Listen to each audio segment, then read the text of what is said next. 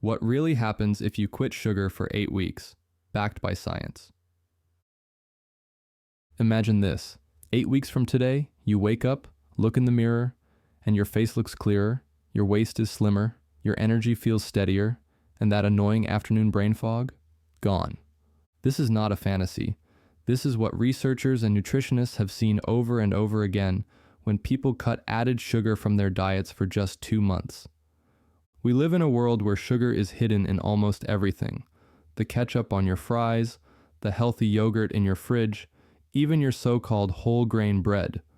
The average American adult eats 17 teaspoons of added sugar every single day, far more than what the WHO or CDC recommend. But what if you gave it all up for 8 weeks straight? Let's break it down step by step. The biology, the psychology, the cravings, the withdrawals, and the shocking benefits that can show up faster than you think. Week 1. Withdrawal and cravings. Within the first few days of quitting sugar, most people feel worse before they feel better. That's because sugar is biologically addictive. MRI scans show that sugar lights up the same reward pathways in your brain as drugs like cocaine and nicotine. When you remove it suddenly, dopamine levels drop, leaving you irritable, foggy-headed, and craving a fix. Studies published in obesity and appetite journals confirm that cravings for sugar peak around days 2 to 5, then begin to decline sharply if you stick with it. So in week 1, expect headaches, mood swings, and powerful urges to cheat.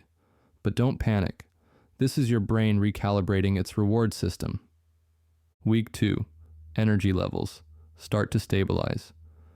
By week 2, something interesting happens. Without sugar spikes and crashes, your blood sugar curve flattens out. No more post-lunch slump. No more desperate need for a 3 p.m. candy bar. Your pancreas, the organ that produces insulin, finally gets a break. And studies show that even after just 2 weeks of sugar reduction, insulin sensitivity can improve significantly, making it easier for your body to manage blood sugar naturally. People report steadier energy, less bloating, and fewer sugar crashes. Week 3 to 4, taste buds. Reset, cravings fade. By weeks 3 and 4, your taste buds begin to adapt. Researchers at the Monell Chemical Senses Center found that people who stop eating added sugar become more sensitive to the natural sweetness in whole foods. Fruits taste more intense. Nuts taste sweeter.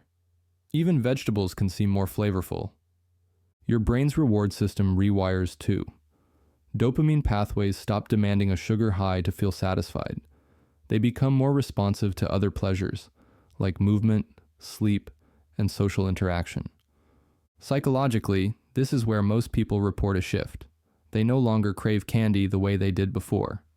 Week 5 to 6, visible body changes. By the time you cross the 1-month mark, measurable body changes appear.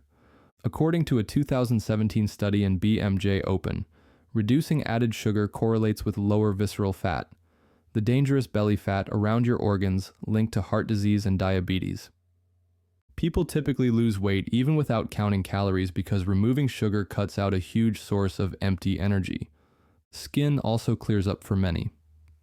High sugar diets spike insulin, which can increase oil production and inflammation, worsening acne. Dermatology studies show that cutting sugar helps reduce breakouts and improves overall skin texture. Week 7 to 8, long-term benefits kick in. By weeks 7 and 8, the deeper metabolic and mental benefits take root. Studies in JAMA internal medicine show that people with lower sugar intake have dramatically lower risks of cardiovascular disease. In some cohorts, up to a 38% reduction in heart disease risk. Your liver has less work detoxifying excess fructose. Your risk of non-alcoholic fatty liver disease drops. And mental clarity sharpens. Emerging research links high sugar consumption to an increased risk of depression and anxiety.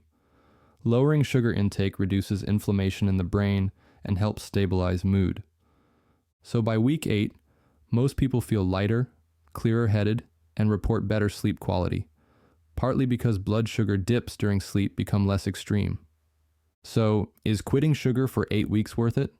It depends on what you expect. If you think you'll never want a cookie again, that's not realistic.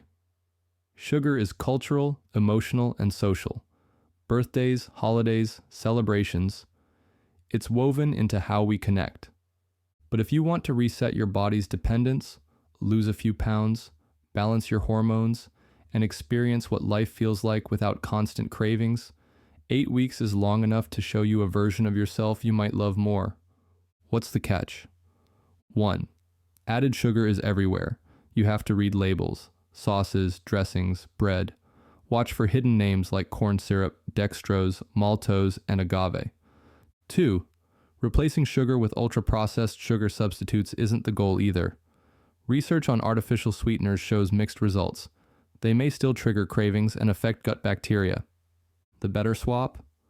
Whole foods, naturally sweet fruits, a bit of dark chocolate. Quality carbs paired with fiber and protein to keep your blood sugar steady. In the end, cutting sugar is less about punishment and more about freedom. Freedom from cravings that control your mood. Freedom from energy crashes that steal your focus.